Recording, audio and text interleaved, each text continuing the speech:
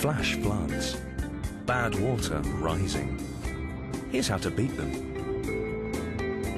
Flash floods happen after very heavy rains, thunderstorms, and dam failures.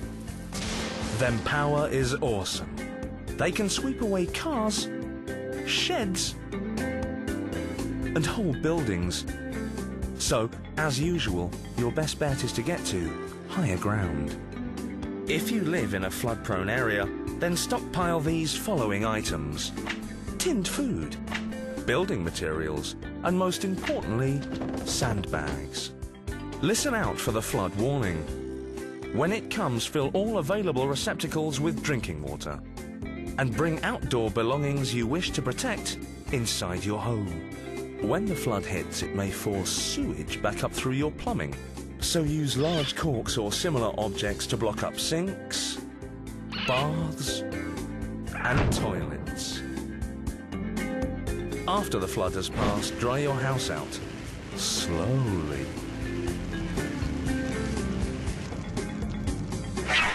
Armageddon. As dangers go, it's the big one. There are some 14,000 missiles out there, some big enough to destroy entire cities. Like Braintree in Essex.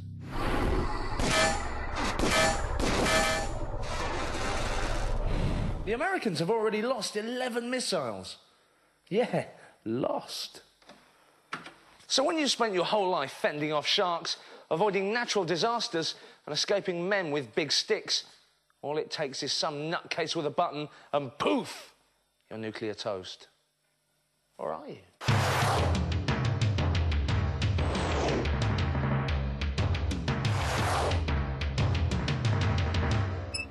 Hello, James. Hello. We're in the secret bunker here in Essex, and you're the bunker man.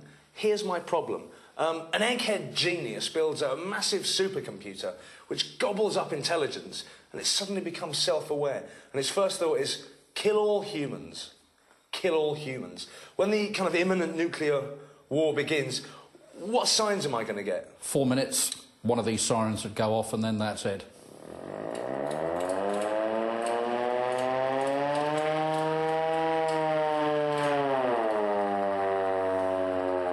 And you've got 4 minutes after you've heard that to take cover. It's haunting, isn't it? It's a horrible noise. It's like a witch's scream. Here we are. Yep. We're in London town. I'm going to drop a bomb. We've got Sun Hill, we've got Walford. So I'm going to drop it smack bang right here. Smack on the Houses of Parliament. Yeah. What are we looking at? Well, if that was a 10-megaton bomb, the first thing that's going to happen is going to be a blinding flash of light that is effectively going to set fire to not people's clothes, but people within a 5 to 10 mile radius of that bomb going off. Right.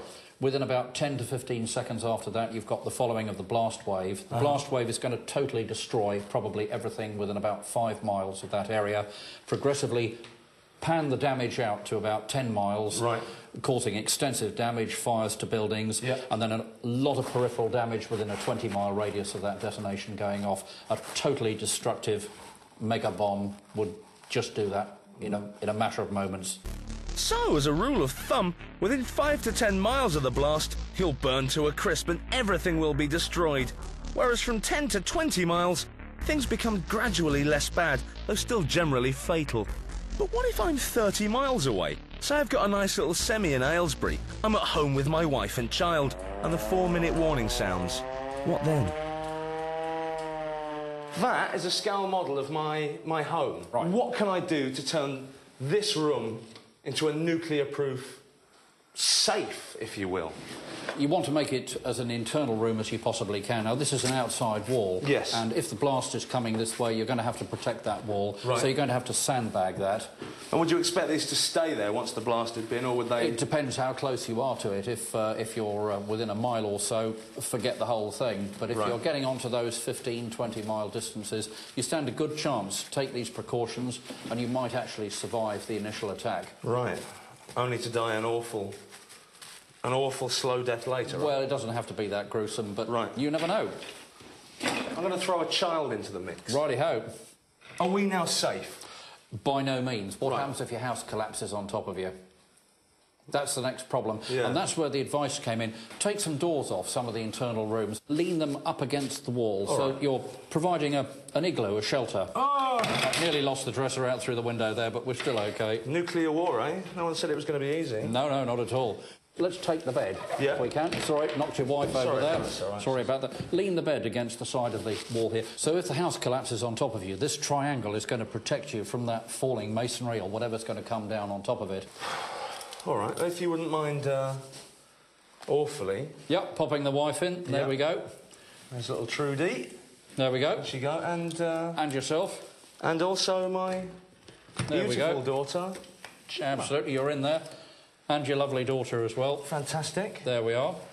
And now you're going to have to stay inside this at least until the attack is over. Right. So you've got the initial flash wave, you've then got the blast wave. When that's all subsided and the attack is over itself, you're going to be all right to then come out of here if the house has survived. Right. But it's going to be a horrendous thing to come out to, and life will never be the same again.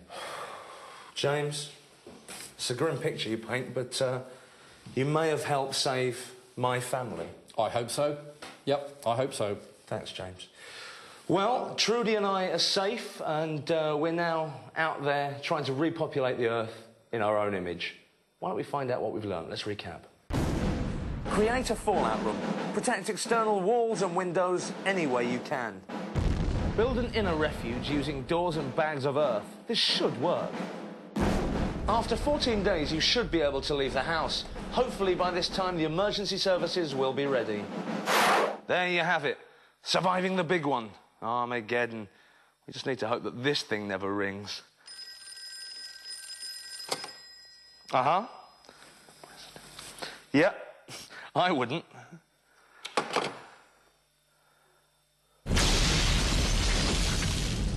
They finally did it. Damn them! Damn them all to hell!